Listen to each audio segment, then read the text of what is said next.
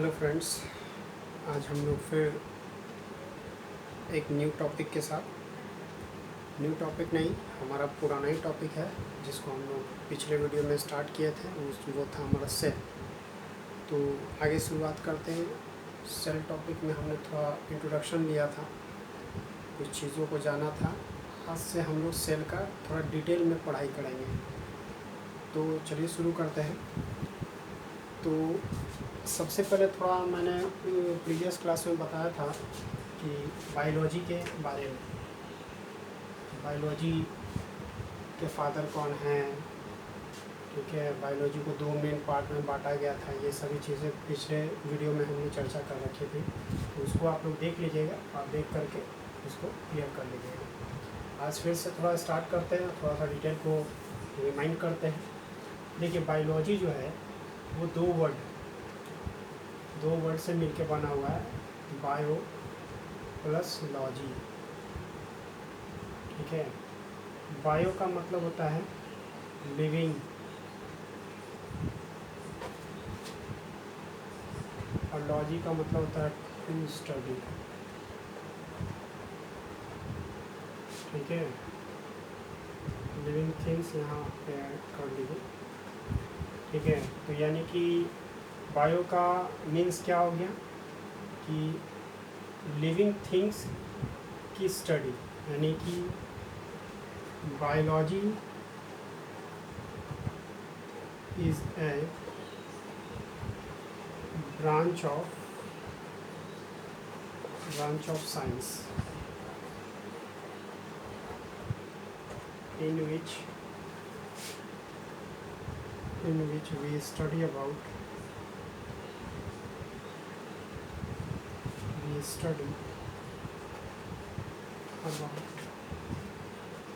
living organisms, ठीक है। Biology विज्ञान की वो शाखा है जिसमें हम लोग लिविंग ऑर्गेनिज्म यानी कि सजीव जीवों के बारे में अध्ययन करते हैं, ठीक है। तो बायोलॉजी शब्द को यूज़ करने वाले, प्रयोग में लाने वाले सबसे पहले जो व्यक्ति थे उनका नाम था, बायोलॉजी वर्ड जो है सबसे पहले प्रयोग किसने किया, प्रयोग किसने किया, तो ये क्वेश्चन आएगा। तो इसका आंसर हमारा लैमार्क जो कि फ्रांस के रहने वाले थे, और एक और व्यक्ति थे जिसको ट्रेविरेनस नाम था, जिनका नाम ट्रेविरेनस था, ठीक है। ये जर्मनी के थे, जर्मनी के रहने वाले थे। तो याद रखिएगा, ये इम्पोर्टेंट क्वेश्चन है। पूछा जाता है कि बायोलॉजी टर्म का उपयोग या बायोलॉजी शब्द का प्रयोग सर्वप्रथम कौन सा वैज्ञानिक ने किया, तो लैमार्क और ट्रेविरेनस ने, ठीक है। इसके बाद आगे बढ़ते हैं।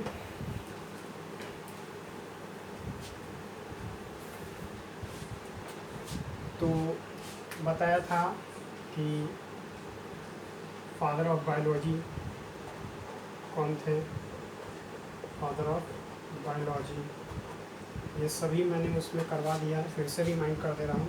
ये थे अरस्तु, जिनको हम लोग इंग्लिश में एरिस्टोटल कहते हैं, ठीक है। Father of biology, father of geology, ठीक है। इसी तरीके से जियोलॉजी के भी फादर थे, कौन, ये अरस्तु ही थे, ठीक है। फिर उसके बाद father of botany, father of botany की बात करते हैं, ये थे थियोफ्रेटस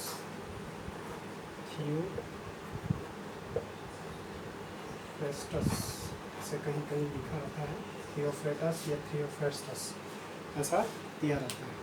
तो इसको आप लोग नोट कर लीजिए, और ज़्यादा डिटेल जानना होगा तो पिछले वीडियो को आप देख सकते हैं। चलिए, इसके बाद का जो हमारा टॉपिक है, अपने टॉपिक पे आते हैं। तो हमारा टॉपिक था सेल। सेल के बारे में हम लोग थोड़ा शुरू करते हैं। तो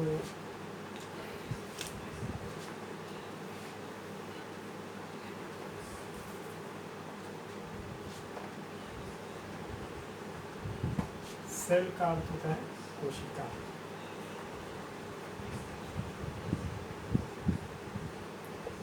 ठीक है, अब सेल बताया था हमने कि सेल को ढूंढने वाले, खोज करने वाले सबसे पहले जो साइंटिस्ट थे वो थे रॉबर्ट हुक। ठीक है, तो उन्होंने सबसे पहले यानी कि खोज की, यानी खोजकर्ता कौन थे भाई, याद रखिएगा, रॉबर्ट हुक। रॉबर्ट हुक कब खोजा था? 1665 में उन्होंने इसको खोजा था। ठीक है, तो सोचिए कि 1665 की बात हो रही है, तो उस समय जो माइक्रोस्कोप था वो बना ही नहीं था। इन्होंने खुद का अपना एक माइक्रोस्कोप बनाया था, और माइक्रोस्कोप बना करके इन्होंने सबसे पहले कॉर्क जो होता है उसके एक छोटे से हिस्से को कट करके माइक्रोस्कोप में देखा तो उन्होंने पाया कि उस कॉर्क का जो हिस्सा था उसमें इस तरीके के स्ट्रक्चर, उनको संरचना जो है उनको ऐसा दिखने में लग रहा था, जिसको मधुमक्खी के छत्ते की तरह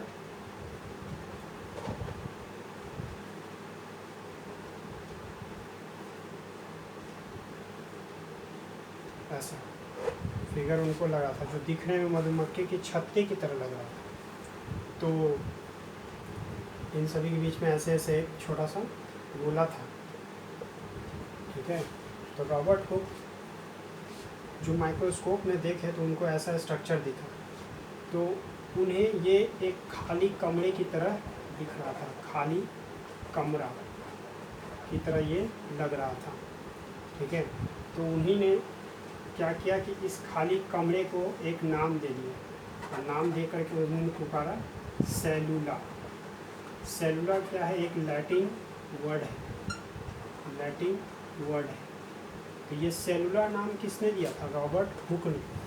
बाद में यही सेलुला क्या हो गया? इंग्लिश वर्ड सेल में कन्वर्ट हो गया, जो हम आज स्टडी करते हैं। कभी भी हम लोग स्टडी करते हैं तो इंग्लिश मीडियम में ही पढ़ते हैं, तो इंग्लिश मीडियम में हम लोग इसको सेल कहते हैं।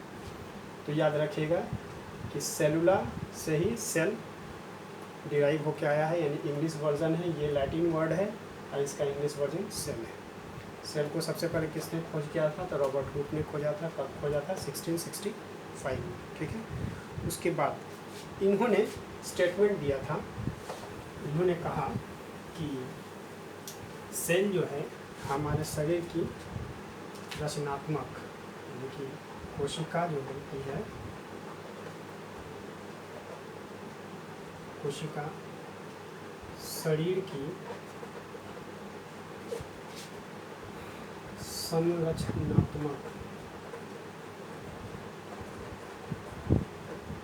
संरचनात्मक और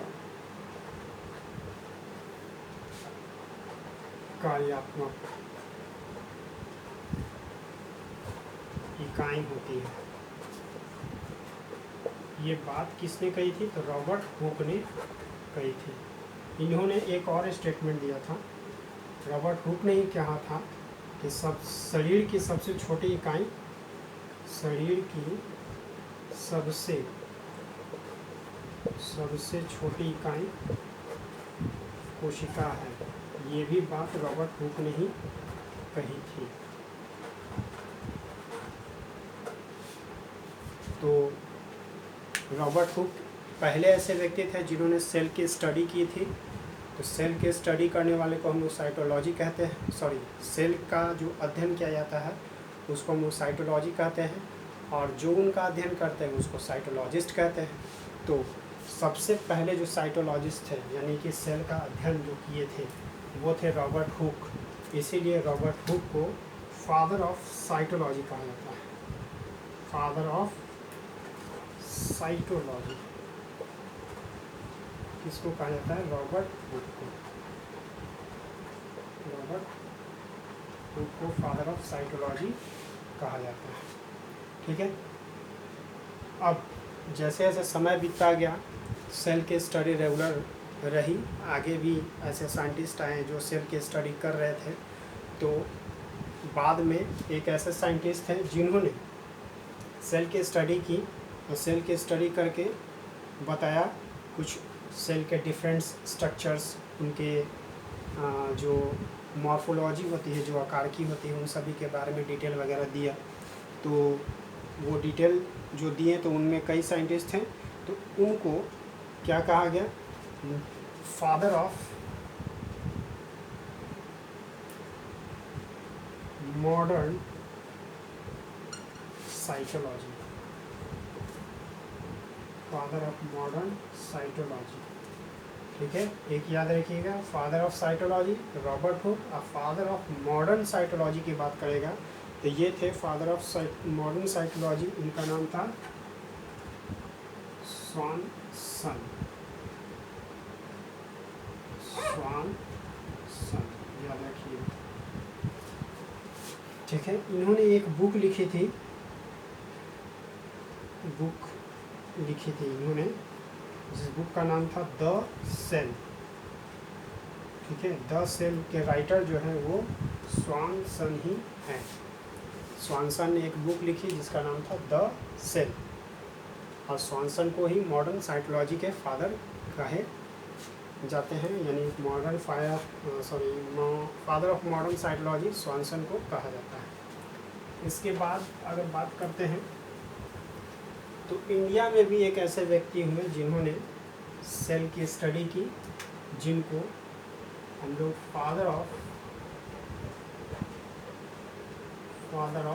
इंडियन साइटोलॉजी कहते हैं।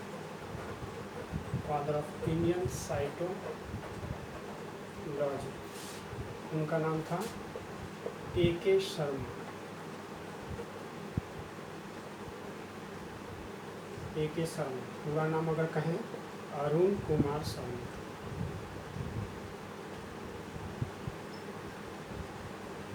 ये याद रखिएगा। ठीक है, 3 क्वेश्चन यहाँ से हो गए। Father of cytology Robert Hooke, father of modern cytology स्वानसन ने कौन सी बुक लिखी, तो द सेल, और father of Indian cytology A.K. Sharma. चलिए इसके बाद आगे बढ़ते हैं।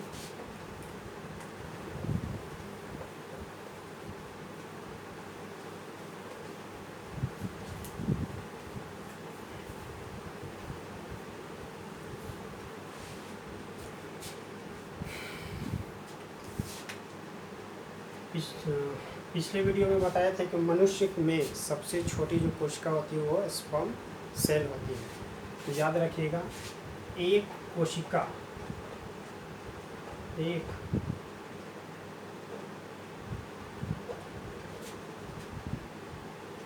अकेली कोशिका जो होती है उसको हम लोग जायगोट कहते हैं, यानी सिंगल सेल को। एक अकेली कोशिका को क्या कहा जाता है, एक अकेली कोशिका को जायगोट कहते हैं, जायगोट कहा जाता है। एक अकेली कोशिका को जायगोट कहा जाता है, याद रखिएगा। क्वेश्चन पूछ देता है कि केवल एक अकेली कोशिका, क्वेश्चन में ही दिया रहेगा सिर्फ एक कोशिका को क्या कहते हैं, तो आंसर आएगा जायगोट। ठीक है,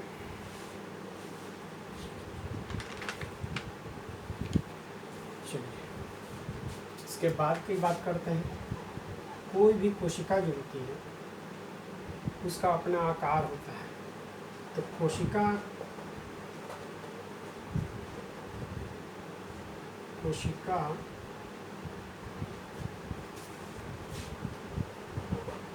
का आकार कम से कम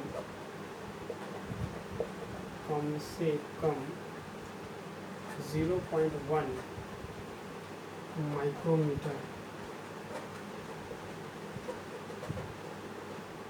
0.1 माइक्रोमीटर, जिसको हम लोग ऐसे डिनोट करते हैं 0.1 माइक्रोमीटर का होता है।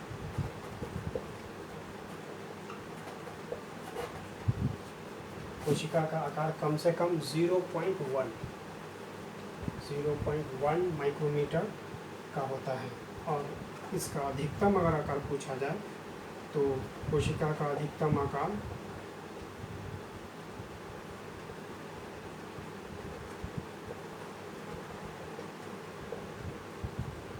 कोशिका का अधिकतम आकार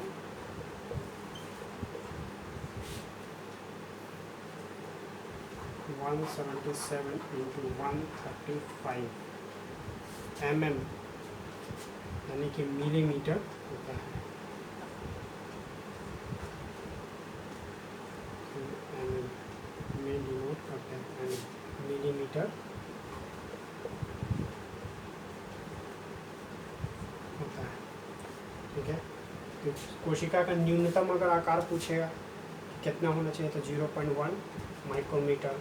कोशिका का अधिकतम आकार पूछेगा तो याद रखना है 170 × 135 मिलीमीटर।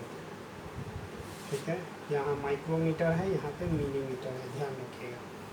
अब देखिए इसका एग्जांपल अगर देखे थे तो न्यूनतम कोशिका जो होती है, न्यूनतम आकार की जो कोशिका होती है उसका एग्जांपल हो गया न्यूनतम यानी कि सबसे कम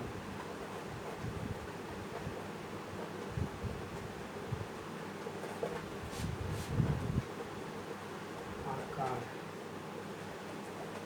की कोशिका का जो उदाहरण है वो होगा प्लूरोन्यूमोनिया।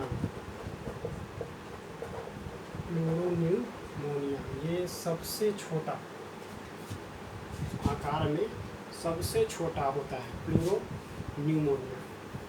ठीक है, यानी कि प्लूरोन्यूमोनिया को ही हम लोग बताए थे माइकोप्लाज्मा गैलीसेप्टिकम भी कहते हैं। उसके बाद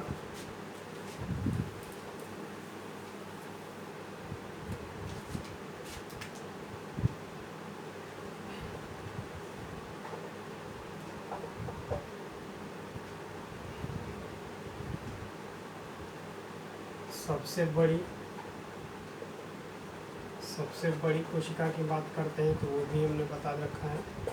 सबसे बड़ी कोशिका वो हो जाएगा शुतुरमुर्ग का अंडा, जिनका आकार ये होता है। सबसे बड़ी कोशिका शुतुरमुर्ग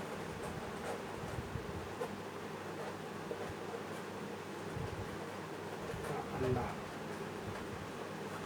ठीक है, जिसका आकार ये होता है 170 × 135 मिलीमीटर। चलिए आगे बढ़ते हैं। देखिए ये जो टॉपिक हम बता रहे हैं आप लोगों का पढ़ा हुआ होगा, किन्हीं का नहीं भी पढ़ा हुआ होगा, तो आप लोग नोट करते जाइएगा।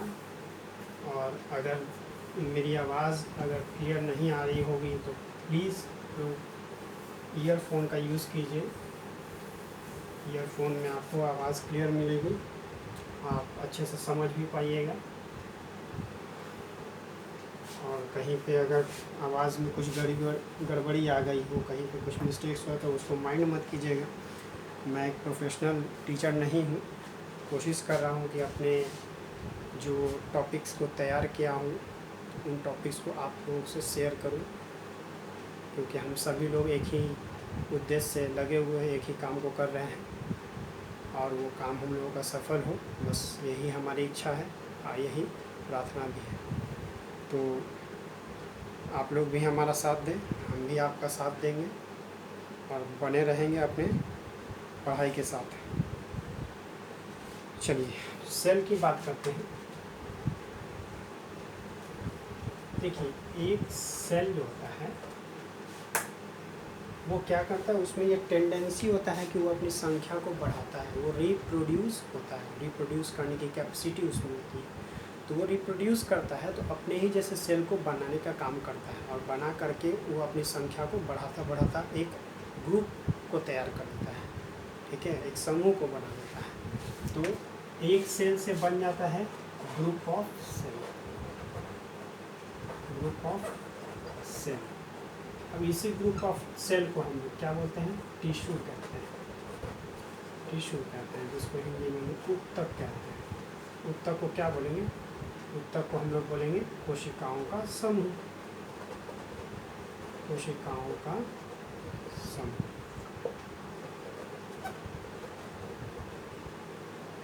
ठीक है। अब फिर जब ये ऊतक अपना समूह तैयार करते हैं तो ऊतक का जो समूह बनता है, यानी कि ऊतकों के समूह को, ऊतकों के समूह जब तैयार होते हैं तो उनको हम लोग कहते हैं अंग, यानी वो क्या बनाता है, अंग बनाता है। और जब अंग का समूह तैयार होता है, अंग का समूह जब तैयार होता है तो वो बनाता है अंग तंत्र, वो बनाता है अंग तंत्र, ठीक है। और जब यही अंग तंत्र समूह में मिलते हैं, यानी अंग तंत्र का जब समूह बनता है, अंग तंत्र क्या होते हैं, आपस में जुड़ते हैं, यानी उनका क्या बन रहा है, समूह बन रहा है, अंग तंत्र का समूह। ये अंग तंत्र का समूह क्या कहलाता है, शरीर, यानी बॉडी, ठीक है। तो ये हमारा निर्माण जो होता है, एक सेल से निर्माण कार्य शुरू होता है, इसीलिए सेल को शरीर की सबसे छोटी इकाई कहते हैं। और यही सेल शरीर की संरचनात्मक एवं कार्यात्मक इकाई भी कहलाती है, क्योंकि हमारा जो सांस लेने का जो प्रक्रिया होता है वो सेल में ही जाकर ख़त्म होता है। फिर उसके बाद हम लोग जो खाना खाते हैं तो एनर्जी जो गेन होती है वो भी सेल में जाके ख़त्म होती है। सेल में ही एनर्जी क्या होता है, टूटता है और एटीपी के फॉर्म में रिलीज़ होता है। तो वहाँ पे हम लोग पढ़ेंगे, आगे डिटेल में आएंगे। जो हमारा टॉपिक है एग्जामिनेशन पर्पज से, उन सभी चीज़ों को हम लोग यहाँ पे करेंगे। हम यहाँ पे आप लोगों का समय ख़राब नहीं करना चाहते हैं, आप लोगों को उतना ही हम बताना चाहेंगे जितना हम लोगों के लिए ज़रूरत है। विद्वान नहीं बनना है, ऐसा पढ़ना है जिससे हमारा एग्ज़ाम क्रैक हो जाए, ठीक है। तो ये याद रखिएगा। चलिए आगे बढ़ते हैं।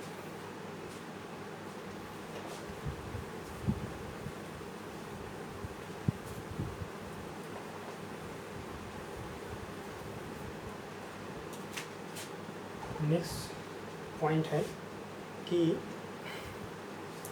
लगभग 60 केजी वज़न वाला एक व्यक्ति हो, 60 केजी के वज़न वाले मानव शरीर में 60 इंटू 10⁻15 कोशिकाएँ होती हैं। ये लगभग है, ठीक है, ऐसा नहीं है कि हम इसको पूरा गिना गया है एक्यूरेट, ये लगभग है, कोशिकाएँ होती हैं, याद रखिएगा, कोशिकाएँ होती हैं। तो कभी कभी ये भी चीज़ें एग्ज़ाम में दी जा सकती हैं कि एक सामान्य मनुष्य के शरीर में कितनी कोशिकाएं होती हैं, तो 60 इंटू गुना 10⁻15 कोशिकाएं होती हैं, 60 इंटू 10⁻15 कोशिकाएं होती हैं। चलिए अब इसके बाद का जो टॉपिक था, देखिए हम लोग जो रॉबर्ट हुक के बारे में स्टडी कर रहे थे, तो रॉबर्ट हुक जो स्टडी कर रहे थे ना, वो निर्जीव कोशिका के बारे में स्टडी किए थे। निर्जीव कोशिका को उन्होंने ढूंढा था, ठीक है, जिसको हम लोग मृत कोशिका भी कहते हैं। तो याद रखिएगा, मृत कोशिका को किसने खोजा था, मृत कोशिका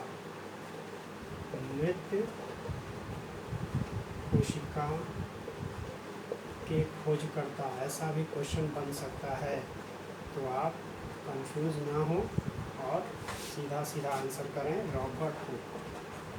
मृत कोशिका के खोजकर्ता कौन थे, रॉबर्ट हुक, ठीक है।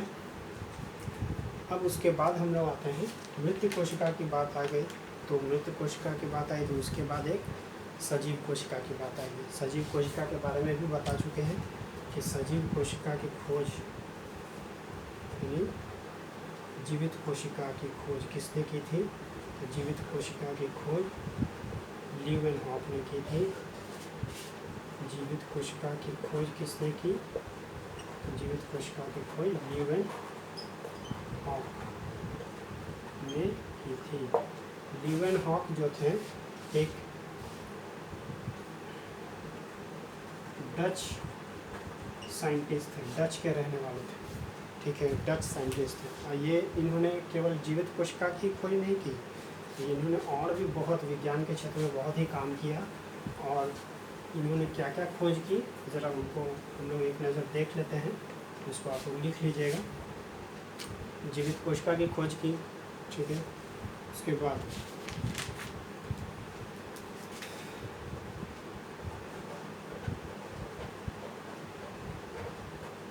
सूक्ष्मजीव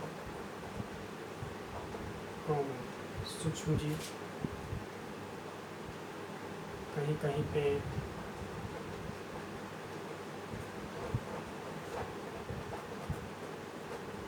बैक्टीरिया, ठीक है। सूक्ष्मजीव की खोजकर्ता कौन थे? तो सूक्ष्मजीव के खोजकर्ता लीवेनहॉक थे। बैक्टीरिया के खोजकर्ता कौन थे? तो लीवेनहॉक थे, ठीक है। स्पर्म सेल को किसने खोजा था? तो लीवेनहॉक ने खोजा था, ठीक है। आरबीसी सेल यानी आरबीसी को किसने खोजा था? तो आरबीसी को भी लीवेनहॉक ने ही खोजा था। फिर प्रोटोजुआ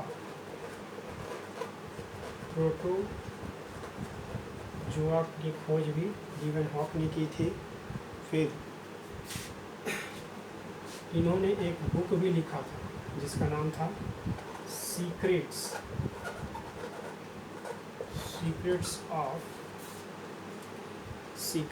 ऑफ नेचर। ये बुक है सीक्रेट्स ऑफ नेचर, किसने लिखा था भाई? ये लीवेनहॉक ने ही लिखा था। तो देख लीजिए, सूक्ष्मजीव हो, बैक्टीरिया कहा जाए, स्पर्म सेल कहा जाए, आरबीसी कहा जाए या प्रोटोजुआ कहा जाए, सबके खोजकर्ता है ना। इन सभी के खोजकर्ता कौन थे? इन सभी के खोजकर्ता लीवेनहॉक थे। लीवेनहॉक, याद रखिए, लीवेनहॉक थे, ठीक है। इसके बाद आगे बढ़ते हैं तो बताए थे कि सेल के बारे में आगे और भी साइंटिस्ट हुए जो स्टडी किए, जैसे कि स्लाइडेन और स्वान की बात करते हैं तो स्लाइडेन और स्वान ने कोशिका सिद्धांत दिया था। स्लाइडेन और स्वान ने क्या दिया? कोशिका सिद्धांत। तो सेल थ्योरी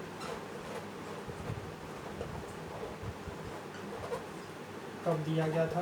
1838 से 39 ईस्वी की बात है। उस समय सेल थ्योरी देने वाले व्यक्ति थे स्लाइडेन और स्वान। स्लाइडेन और स्वान, ये दो ऐसे साइंटिस्ट हैं जिन्होंने सेल थ्योरी दी थी, ठीक है। उसके बाद ये तो उस टाइम की बात आ गई, 1838 की बात है। उसके बाद भी एक वैज्ञानिक आए जिन्होंने मॉडर्न सेल थ्योरी दिया, मॉडर्न सेल थ्योरी दिया, उनका नाम है मॉडर्न सेल थ्योरी दिया, जिनका नाम था रुडोल्फ वर्चो। ये मॉडर्न सेल थ्योरी किसने दिया था? तो रुडोल्फ वर्चो ने मॉडर्न सेल थ्योरी दिया था। इसके बाद बारी बारी से साइंटिस्ट लोग आते गए, नए नए साइंटिस्ट आए, उन्होंने अपनी खोज को जारी रखी। और उस समय चूँकि इलेक्ट्रॉन माइक्रोस्कोप का आविष्कार नहीं हुआ था तो पुराने ही माइक्रोस्कोप का इस्तेमाल होता था। तो उस समय फिर केंद्रक की खोज की गई जिसकी खोजकर्ता रॉबर्ट ब्राउन थे, ठीक है। तो उसको भी हम लोग लिख लेंगे। कि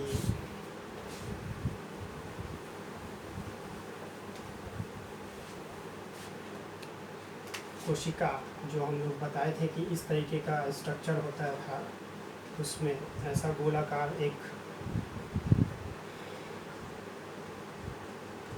फिगर नज़र आया जिसको उन्होंने केंद्रक नाम दिया।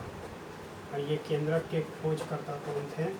तो केंद्रक के खोजकर्ता थे रॉबर्ट ब्राउन। केंद्रक के खोजकर्ता थे रॉबर्ट ब्राउन। ठीक है, रॉबर्ट ब्राउन याद रखिएगा। केंद्रक के खोजकर्ता रॉबर्ट ब्राउन। कब खोजे थे? तो 1831 की बात है, 1831 में खोजे थे। इसके बाद फिर आगे जीव द्रव की खोज की गई। जीव द्रव की खोज हुई, इसको हम लोग प्रोटोप्लाज्म भी कहते हैं। प्रोटोप्लाज्म,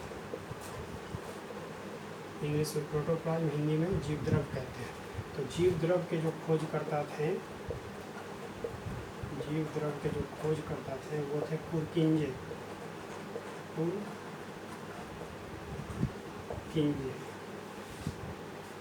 जीव द्रव के खोजकर्ता पुरकिंजे। इन्होंने जीव द्रव की खोज 1839 में की थी। 1839 ईस्वी में पुरकिंजे ने जीव द्रव की खोज की थी। जीव द्रव जो है वो दो प्रकार का होता है, दो तरह का होता है। जीव द्रव जैसे कोशिका के अंदर पाया जाता है तो उसको कोशिका द्रव कहा गया।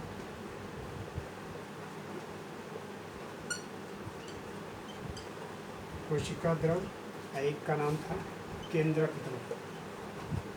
केंद्रक द्रव, ठीक है। जीव द्रव दो तरह के होते थे। जीव द्रव दो तरह के होते हैं, एक कोशिका द्रव जिनका नाम हुआ, दूसरा नाम हो गया केंद्रक द्रव।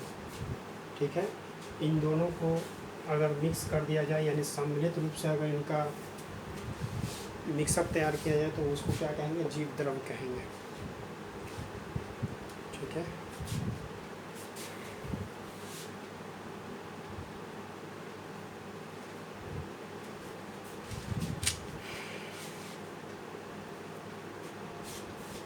ठीक है। तो अब चूँकि प्रोटोप्लाज्म का आविष्कार हो गया, प्रोटोप्लाज्म का आविष्कार पुरकिंजे ने किया 1839 में। अब इसके बाद जब प्रोटोप्लाज्म का आविष्कार हो गया, खोज हो गया, तो एक वैज्ञानिक थे जिनका नाम था मैक्स सुल्ज।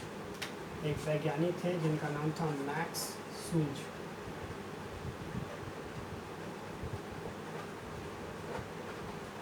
मैक्स सुल्ज, ठीक है। मैक्स सुल्ज ने प्रोटोप्लाज्म सिद्धांत दिया था। प्रोटोप्लाज्म सिद्धांत दिया। कौन दिए? Max Schultz. ठीक है, कब दिए थे? तो इन्होंने 1861 ईस्वी में प्रोटोप्लाज्म सिद्धांत दिया था। और उन्होंने इस सिद्धांत में बताया कि इस प्रोटोप्लाज्म सिद्धांत में उन्होंने यह चर्चा की, यह बात बताया कि कोशिका जो होती है वो जीव द्रव का, कोशिका जीव द्रव का एक गोला या पिंड है। कोशिका जीव द्रव का एक गोला या पिंड है जिसमें एक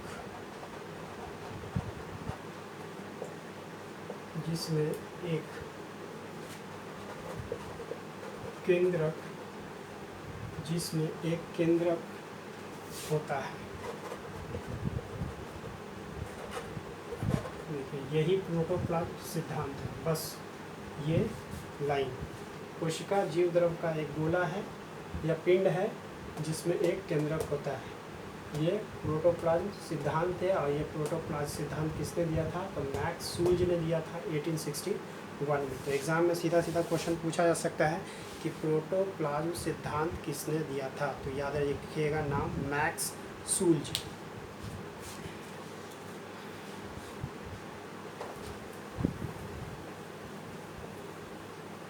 इसके बाद अब बात आती है 1931 ईस्वी की। 1931 ईस्वी 1931 ईस्वी में एक बहुत ही इम्पोर्टेंट काम हुआ, वो काम था इलेक्ट्रॉन माइक्रोस्कोप की खोज। इलेक्ट्रॉन माइक्रोस्कोप, इलेक्ट्रॉन माइक्रोस्कोप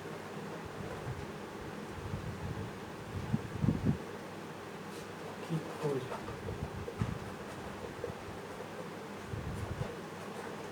हुई। कब हुई? 1931 में। किसने खोजा? यानी इलेक्ट्रॉन माइक्रोस्कोप के खोजकर्ता या आविष्कारक कह सकते हैं।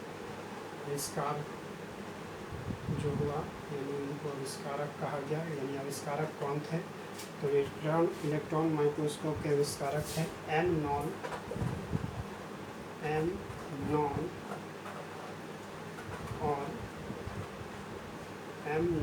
और ई रस्क। ये दो ऐसे आविष्कारक के नाम हैं जिन्होंने इलेक्ट्रॉन माइक्रोस्कोप को खोजा, आविष्कार किया। कब किया? 1931 ईस्वी में किया था। अब यहाँ से आगे की कहानी शुरू होती है कि 1931 ईस्वी में जब इलेक्ट्रॉन माइक्रोस्कोप की खोज हो गई, तो इसकी विशेषता क्या थी? तो ये इलेक्ट्रॉन माइक्रोस्कोप क्या करता था? ये किसी भी चीज़ को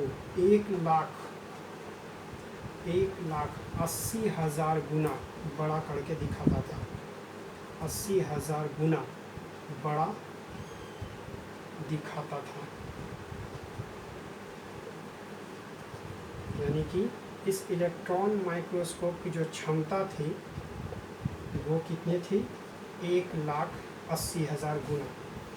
यानी कि सोचिए कि अब जब वो एक छोटा सा सेल जो पुराने माइक्रोस्कोप के द्वारा देखा जाता होगा, तो उसका स्ट्रक्चर, और उसी सेल को जब इलेक्ट्रॉन माइक्रोस्कोप में देखा गया तो उस साइज़ को बढ़ा दिया कितना? 1,80,000 गुना बढ़ा दिया।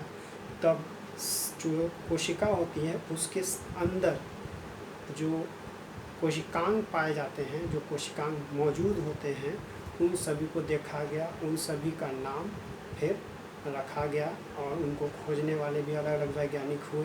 तो उन सभी का डिटेल्स हम लोग पढ़ेंगे। नेक्स्ट क्लास में हम लोग पढ़ेंगे कोशिका की संरचना, कि इस इलेक्ट्रॉन माइक्रोस्कोप के हेल्प से अब कोशिका का अध्ययन शुरू कैसे हुआ, किन किन चीज़ों का अध्ययन किया गया, कौन कौन चीज़ों का खोज किया गया और किसने किया, ये सभी डिटेल अब नेक्स्ट क्लास में हम लोग करेंगे। तो आई होप कि आपको ये सारा टॉपिक समझ में आ गया होगा। दिक्कत हो तो वीडियो को फिर से एक बार अच्छे से देखें। कहीं पे कोई भी अगर थोड़ा सा भी वीडियो बनाने के क्रम में कहीं भी कोई गड़बड़ी हो तो उसके लिए सॉरी। मेरा मेन उद्देश्य था कि आप सही डाटा आप तक पहुँचे।